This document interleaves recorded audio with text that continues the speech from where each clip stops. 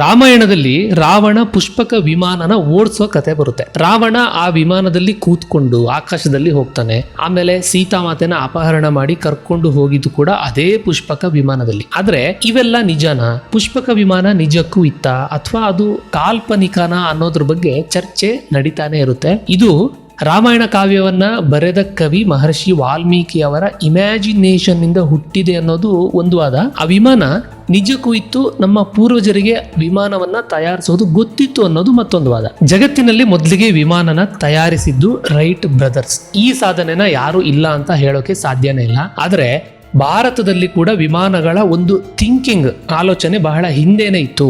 ಆದ್ರೆ ಅದನ್ನ ರೈಟ್ ಬ್ರದರ್ಗಳ ತರ ಇಲ್ಲಿ ಭಾರತದಲ್ಲಿ ಯಾರು ಪರಿಚಯ ಮಾಡಲೇ ಇಲ್ಲ. ಅದು ಒಂಥರ ಥಿಯರಿಯಲ್ಲಿ ಇತ್ತು, ಅಂದ್ರೆ ಪುಸ್ತಕದಲ್ಲಿ. 20ನೇ ಶತಮಾನದಲ್ಲಿ ವೈಮಾನಿಕ ಶಾಸ್ತ್ರ ಅಂತ ಒಂದು ಸಂಸ್ಕೃತ ಪುಸ್ತಕ ಇದೆ ಅಂತ ಹೊರಗಿನ ಜಗತ್ತಿಗೆ ಗೊತ್ತಾಯ್ತು. ಅದರಿಂದ ಸಾವಿರಾರು ವರ್ಷಗಳ ಹಿಂದೆನೆ ಭಾರತೀಯರಿಗೆ ವಿಮಾನದ ಕಾನ್ಸೆಪ್ಟ್ ಇತ್ತು ಅನ್ನೋದು ಕೂಡ ಗೊತ್ತಾಯ್ತು. ಈ ಪುಸ್ತಕದಲ್ಲಿ ಏನಿತ್ತು, ಪುಷ್ಪಕ ವಿಮಾನ ಬಂದಿದ್ದು ಎಲ್ಲಿಂದ, ಮತ್ತೆ ಅದು ಈಗ ಎಲ್ಲಿದೆ, ಎಲ್ಲಿಗೆ ಹೋಯ್ತು, ವಿಮಾನದ ಪರಿಕಲ್ಪನೆ ನಮ್ಮ ಪೂರ್ವಜರಿಗೆ ಇತ್ತಾ ಇಲ್ವಾ ಅನ್ನೋದನ್ನ ಈ ವಿಡಿಯೋದಲ್ಲಿ ನೋಡೋಣ.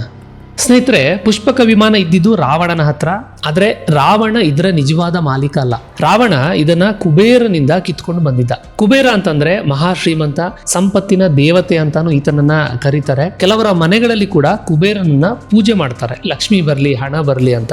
ರಾಮಾಯಣದ ಕಾಲದಲ್ಲಿ ವಿಶ್ರವ ಅಂತ ಒಬ್ಬ ಮಹರ್ಷಿ ಇದ್ರು. ಅವರಿಗೆ ಕೈಕಸಿ ಮತ್ತೆ ಇಳಾದೇವಿ ಅಂತ ಇಬ್ರು ಹೆಂಡತಿಯರಿದ್ರು. ಕೈಕಸಿಯ ಮಗ ರಾವಣ ಮತ್ತು ಇಳಾದೇವಿಯ ಮಗ ಕುಬೇರ. ಹೀಗೆ ರಾವಣ ಮತ್ತು ಕುಬೇರ ಒಂದೇ ತಂದೆಗೆ ಜನಿಸಿದ ಅಣ್ಣ ತಮ್ಮರು.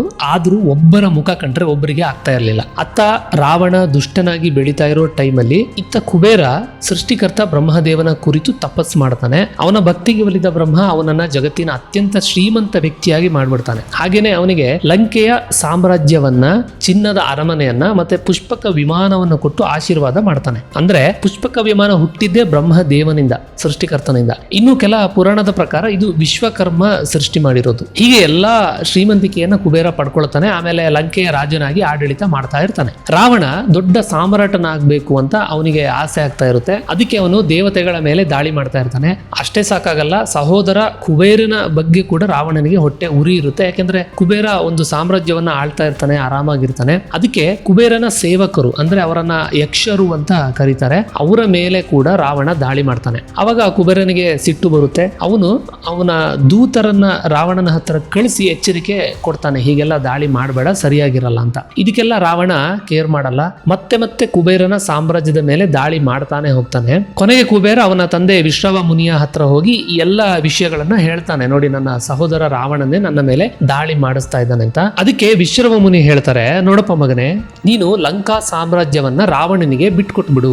ಈಗ ಸದ್ಯಕ್ಕೆ ನೀನು ಹಾಗೆ ಮಾಡೋದೇ ಒಳ್ಳೇದು ಅಂತ ಸಲಹೆ ಕೊಡ್ತಾರೆ. ಆ ಮಾತನ್ನ ಕುಬೇರ ಪಾಲಿಸ್ತಾನೆ. ಅವನು ಲಂಕೆಯನ್ನ ರಾವಣನಿಗೆ ಬಿಟ್ಟುಕೊಟ್ಟು ತನ್ನ ಜನರ ಜೊತೆಗೆ ಕೈಲಾಸ ಪರ್ವತದ ಬಳಿ ಇರುವಂತಹ ಅಲ್ಕಾಪುರಿ ಅನ್ನೋ ಸ್ಥಳದಲ್ಲಿ ಹೋಗಿ ನೆಲೆಸ್ತಾನೆ. ಹೀಗೆ ರಾವಣನಿಗೆ ಲಂಕೆ ಮತ್ತೆ ಪುಷ್ಪಕ ವಿಮಾನ ಸಿಗುತ್ತೆ. ಇದೇ ಪುಷ್ಪಕ ವಿಮಾನವನ್ನ ಅವನು ಬಳಸ್ಕೊಂಡು ಸೀತಾಮಾತೆಯನ್ನು ಅಪಹರಣ ಮಾಡಿ ಲಂಕೆಗೆ ಕರ್ಕೊಂಡು ಬರ್ತಾನೆ. ಇದ್ರ ಪರಿಣಾಮ ಶ್ರೀರಾಮನ ಸೇನೆ ಲಂಕೆಗೆ ಬರುತ್ತೆ, ಯುದ್ಧ ಆಗುತ್ತೆ. ಕೊನೆಗೆ ರಾವಣ ಸತ್ತು ಹೋಗ್ತಾನೆ. ಇದಾದ ನಂತರ ಶ್ರೀರಾಮ ಸೀತೆ ಮತ್ತೆ ಲಕ್ಷ್ಮಣನ ಜೊತೆಗೆ ಪುಷ್ಪಕ ವಿಮಾನವನ್ನ ಹತ್ತುಕೊಂಡು 18 ದಿನಗಳಲ್ಲಿ ಅಯೋಧ್ಯೆಯನ್ನ ತಲುಪ್ತಾನೆ. ಅಂದ್ರೆ ಈ ಕಡೆ ಕೆಳಗಿನ ಶ್ರೀಲಂಕಾದಿಂದ ಅಲ್ಲಿನ ಮೇಲಿನ ಉತ್ತರ ಪ್ರದೇಶದ ಅಯೋಧ್ಯೆ ತನಕ ಅವರು ಪ್ರಯಾಣ ಮಾಡ್ತಾರೆ. ಅಲ್ಲಿಂದ ಶ್ರೀರಾಮ ಆ ಪುಷ್ಪಕ ವಿಮಾನವನ್ನ ಕುಬೇರನಿಗೆನೆ ವಾಪಸ್ ಮಾಡ್ತಾನೆ. ಅಂದ್ರೆ ಮೊದಲು ಯಾರ ಬಳಿ ಪುಷ್ಪಕ ವಿಮಾನ ಇತ್ತೋ ಅದು ಅವರನ್ನೇ ಮರಳಿ ಸೇರುತ್ತೆ. ಅಲ್ಲಿಗೆ ಪುಷ್ಪಕ ವಿಮಾನದ ಕತೆ ಎಂಡ್ ಆಗುತ್ತೆ. ಇದಾದ ಮೇಲೆ ಪುಷ್ಪಕ ವಿಮಾನ ಎಲ್ಲಿ ಹೋಯ್ತು ಅನ್ನೋದು ಗೊತ್ತಾಗೋದಿಲ್ಲ. ಇದು ಪುರಾಣದಲ್ಲಿರೋ ಕತೆ. ಹಾಗಾದ್ರೆ ಇದೆಲ್ಲ ನಿಜಾನಾ ಅಂತ ಕೇಳಿದ್ರೆ ಇದಕ್ಕೆ ಯಾವುದೇ ಉತ್ತರ ಇಲ್ಲ. ಪುಷ್ಪಕ ವಿಮಾನ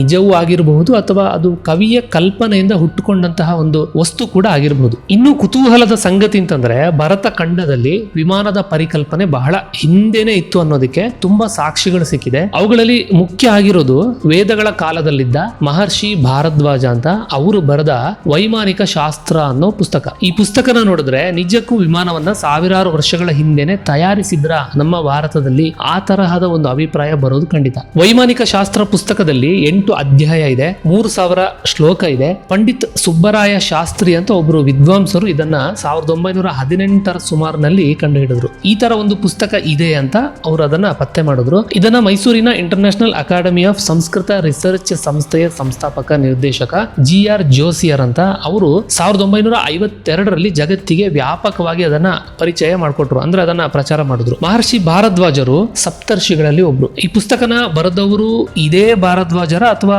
ಬೇರೆ ಭಾರದ್ವಾಜರ ಅನ್ನೋದ್ರ ಬಗ್ಗೆ ಯಾವುದೇ ಖಚಿತತೆ ಇಲ್ಲ. ಅಂತೂ ಈ ಪುಸ್ತಕ ಸಾವಿರಾರು ವರ್ಷಗಳ ಹಿಂದೆನೆ ಬರೆದಿರೋದಂತೂ ಖಂಡಿತ. ಇದರಲ್ಲಿ 25 ತರದ ವಿಮಾನಗಳ ಡಿಸೈನ್ಗಳು ಮತ್ತೆ ವಿಮಾನಕ್ಕೆ ಎದುರಾಗಬಹುದಾದ ವಾತಾವರಣದ ಸವಾಲುಗಳು, ಅಂದ್ರೆ ಗಾಳಿ ಮಳೆ ಅಲ್ಲ, ಮತ್ತೆ ಅದನ್ನ ಎದುರಿಸೋದಿಕ್ಕೆ ಏನೆಲ್ಲ ಮಾಡಬೇಕು, ಈ ತರಹದ ವಿಷಯಗಳ ಬಗ್ಗೆ ಇಲ್ಲಿ ಡಿಟೇಲ್ ಆಗಿ ಬರೆದಿದ್ದಾರೆ. ಇನ್ನು ಅಚ್ಚರಿ ಅಂತಂದ್ರೆ ವಿಮಾನ ಚಲಾಯಿಸೋ ಚಾಲಕ ಅಂದ್ರೆ ಪೈಲಟ್ ಅವರು ಧರಿಸಬಹುದಾದಂತಹ ಉಡುಪು, ಯಾವ ಬಟ್ಟೆಗಳನ್ನ ಹಾಕಬೇಕು, ಮತ್ತೆ ಈ ಚಾಲಕ ಪಾಲಿಸಬೇಕಾದಂತಹ ಡಯಟ್ ಅಂದ್ರೆ ನೀರೆಷ್ಟು ಕುಡಿಬೇಕು, ಎಷ್ಟು ಫುಡ್ ತಗೊಳ್ಬೇಕು ಅನ್ನೋದ್ರ ಬಗ್ಗೆ ಕೂಡ ಈ ಪುಸ್ತಕದಲ್ಲಿ ಮಾಹಿತಿ ಇದೆ. ಮಹರ್ಷಿ ಭಾರದ್ವಾಜರು ವಿಮಾನಗಳ ಕುರಿತು ಹೀಗೆ ಬರೆದಿದ್ದಾರೆ: ಪಂಚವಿಂಶನ್ ಮಾಂತ್ರಿಕಾಹ ಪುಷ್ಪಕಾದಿ ಪ್ರಭೇದೇನ, ಅಂದ್ರೆ ಪುಷ್ಪಕ ವಿಮಾನವು ಸೇರಿದಂತೆ 25 ವಿಧದ ವಿಮಾನಗಳು ಇದೆ ಅಂತ. ಆ ತರಹದ ಬೇರೆ ಬೇರೆ ವಿಮಾನಗಳು ಯಾವುದು ಅಂತ ಹೇಳ್ತಾ ಹೋಗ್ತೀನಿ ನೋಡಿ. ಒಂದು ಎಕ್ಸಾಂಪಲ್ ಆಗಿ ಪುಷ್ಪಕ, ಅಜಮುಖ, ರಾಜಸ್ವತ್, ಜ್ಯೋತಿರ್ಮುಖ, ಕೌಶಿಕ, ಭೀಷ್ಮ, ಈ ತರ ಬೇರೆ ಬೇರೆ ವಿನ್ಯಾಸಗಳ ಸುಮಾರು 25 ವಿಮಾನಗಳು ಇದ್ದು ಇವು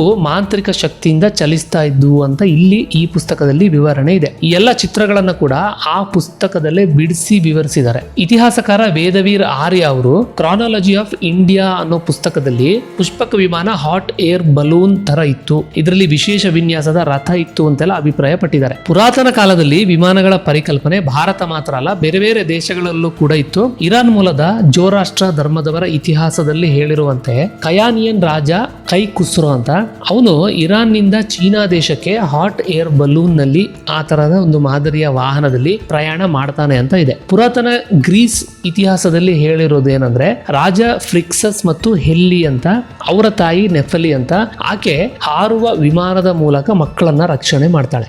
ಈ ತರ ಪುರಾತನ ಕಾಲದಲ್ಲಿ ವಿಮಾನಗಳ ಬಗ್ಗೆ ಲಿಖಿತ ದಾಖಲೆಗಳೆಲ್ಲ ಸಿಗುತ್ತೆ. ಆದರೂ ಆ ಕಾಲದಲ್ಲಿ ನಿಜಕ್ಕೂ ವಿಮಾನ ಇತ್ತಾ ಇಲ್ವಾ, ಅಥವಾ ಇದು ಬರೀ ಪುಸ್ತಕದಲ್ಲಿ ಇದ್ದಂತಹ ಥಿಯರಿಗಳ ಅನ್ನೋದು ಮಾತ್ರ ಒಂದು ದೊಡ್ಡ ರಹಸ್ಯ, ಒಂದು ದೊಡ್ಡ ಪ್ರಶ್ನೆ. ಇವಿಷ್ಟು ಈ ವಿಡಿಯೋದ ಮಾಹಿತಿ. ಮುಂದಿನ ವಿಡಿಯೋದಲ್ಲಿ ಮತ್ತೆ ಭೇಟಿಯಾಗೋಣ. ನಮಸ್ತೆ.